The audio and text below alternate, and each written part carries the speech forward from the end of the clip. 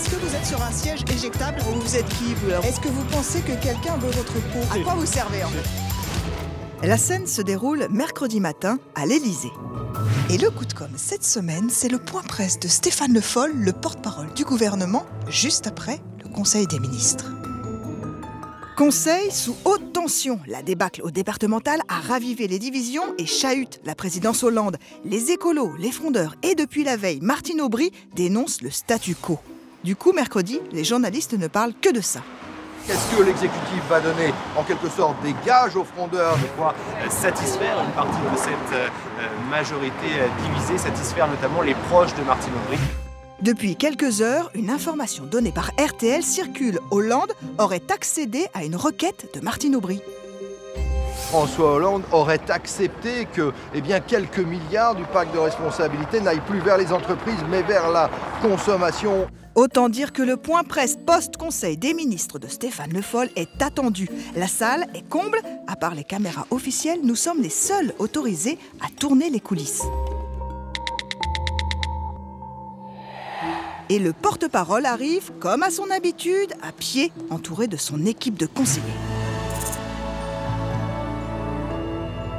Pas de variante dans le déroulé. Le Foll fait une synthèse de l'introduction du président, des communications des ministres, mais zéro laïus sur la défaite électorale. Certainement une consigne du directeur de la com du président, Gaspard Ganzer, que Le Foll voit avant chaque point presse, comme nous le montre ce publi-reportage du service d'information du gouvernement. Non, je veux pas répondre à ça. Le point d'orgue de ce rituel, c'est le jeu de questions-réponses avec les journalistes sans limite de durée. Et ce jour-là, la pédophilie dans l'enseignement tient le haut du pavé. Est-ce que vous pouvez nous donner tout de même la position du gouvernement par rapport à ces affaires de pédophilie? Est-ce que Madame Taubira s'exprimera plus tard sur de nouvelles dispositions judiciaires? Ensuite, les sujets fusent. Les ennuis judiciaires de Nicolas Sarkozy, le reclassement des salariés d'Ecomove ou encore Mathieu Gallet. Mais surprise, rien sur le thème qui dominait tous les duplex de la matinée. Nous nous lançons.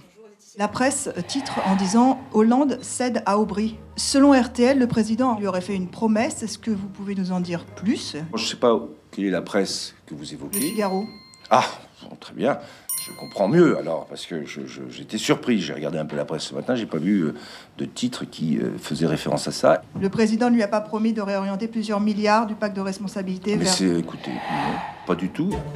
Le Foll botte en touche, mais à partir de là, nos confrères vont rebondir et relancer le sujet sous le regard attentif du directeur de cabinet. RTL affirme que le président a indiqué que des sommes prévues pour le pacte de responsabilité pourraient être réallouées au profit de l'investissement et de la consommation. C'est typiquement ce genre de geste sur les contreparties qu'attend Martine Aubry. Est-ce qu'il est envisagé que ces sommes-là soient justement le levier pour réorienter vers l'investissement? Le Foll va en profiter pour livrer la nouvelle position du gouvernement. Pas de changement, mais des discussions. On ne remet pas en cause les choix qui ont été faits de soutenir l'industrie, l'entreprise. On ne change pas le cap. Par contre, on est capable de faire en sorte d'adapter les choses. Nous l'attrapons au vol. Juste une question sur l'exercice. Premier impératif, ne pas dire que François Hollande cède à Martine Aubry.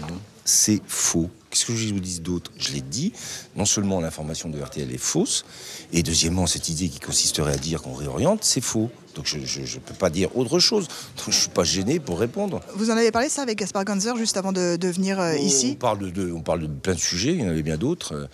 Les journalistes, eux, ne sont pas convaincus.